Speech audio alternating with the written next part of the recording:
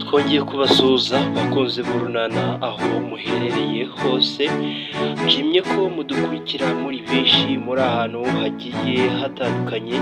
Abantu benshi rero bagiye bakunda urunana, bagiye bandika ibintu bigiye bitandukanye, gusa byinshi muri byo bagiye bandika yuko tugomba kuba twahereza ubwisanzure abafana b'urunana bakagira byinshi bakora byerekeranye n'urunana.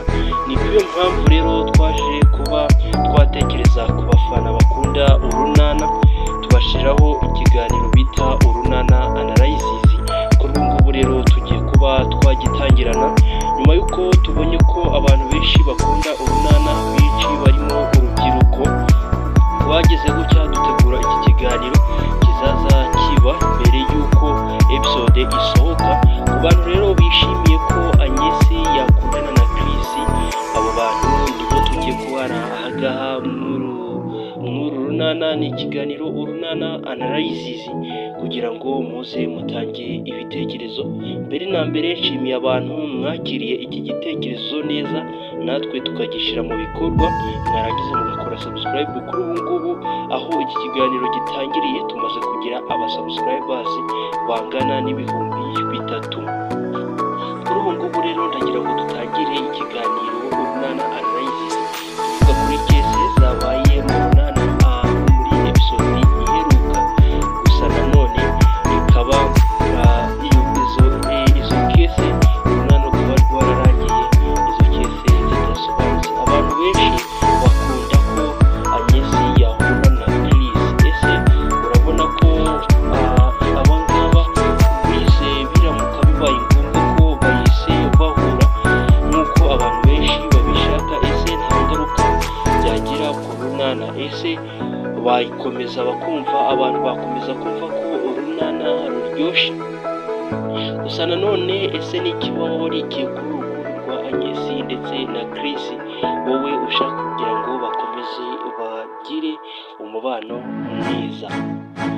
Rero ku bantu bakunda urunana, tubijeje ko mu minsi mikeya nyuma y'uko musabye mukavuga ko mukumbuye urukundo rwo mu runana ari Agnes ndetse na Chris, abantu benshi rero bavuga ko urukundo rwa Agnes ndetse na Chris babufata mu rukundo rw'icyitegererezo, dore ko ariyo mpamvu benshi bagiye batanga ibitekerezo by'uko urukundo bagaruka mu runana bakongera bagasubirana. Nk'uko rero mubizi neza ko iyi channel yashyiriweho abantu bakunda urunana, ibitekerezo byanyu turabisoma kandi tukabishyira mu bikorwa. Nanone kandi turabizi neza ko nyina wa Karemera yanze kuba yataha ubukwe bwa Karemera, kubera yuko Karemera ngo inshingano nyinshi cyangwa se umwanya mwinshi w'ubukwe bwe buzabera kwa nyirabukwe. Ibyo byatumye nyina areka kuba yataha ubukwe. Ese nihe nama wagira uyu nguyu Karemera? Nihe nama wagira mama wiwe wanze kujya muri ubu bukwe? Ese mama wiwe ari mu kuri? None se ubaye uri Karemera, mama wawe aramutse abyanze, watira undi mu mama cyangwa se ubukwe wabuhagarika? Uri Karemera ahangaha wakora iki? Nshimye ko mugiye kuba mutanga ibitekerezo ahangaha, kandi turabizi neza ko mutanga ibitekerezo byubaka. Nanone kandi dufite indi kese idasanzwe, ni kese ya Pascal Ubu yihugije inshingano zo kwita ku mugore we, kubera ko umugore we yagiye ahandi akaba yazana umwana. Ibi ngibi rero byatumye Pascal avuga umugore we cyane, dore ko yaretse kwita ku mubyaro we ndetse no ku mugore utwite. Ese niyo nama wagira Pascal ko umugore we bigaragara nkaho yamuciye inyuma? Yaba ariyo mpamvu yaba yamuretse? Ese iyi mpamvu yo irakwiye cyangwa ntabwo ikwiye? Gira ikintu ubwira Pascal. Nanone kandi ku bantu bakunda urunana, dufite agashya ku bantu bakunda urunana. Iyi channel rero ni channel yashyiriweho abantu bakunda urunana, dore ko abenshi ari urubyiruko ndetse n'abakuze, nubwo ari bo bake. Ndagira ngo mumenyeshe amakuru meza, kuba warahisemo urunana wahisemo neza, dore ko ku bantu bafite impano, yaba iz'imivugo, ku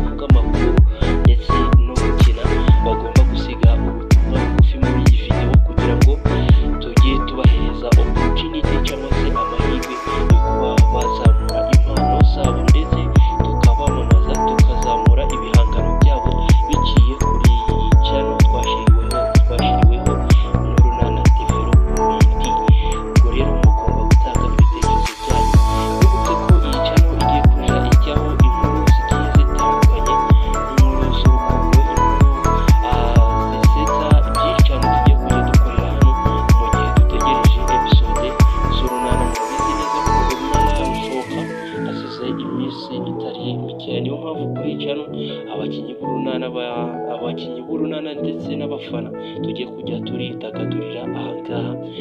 Rero uyu wari wo musozo w'iki kiganiro cy'uyu munsi, babwire ko iyi yari introduction, ryari itangiriro ku bantu bakunda urunana. Noneho tuzaza tuganira neza tureba n'ibitekerezo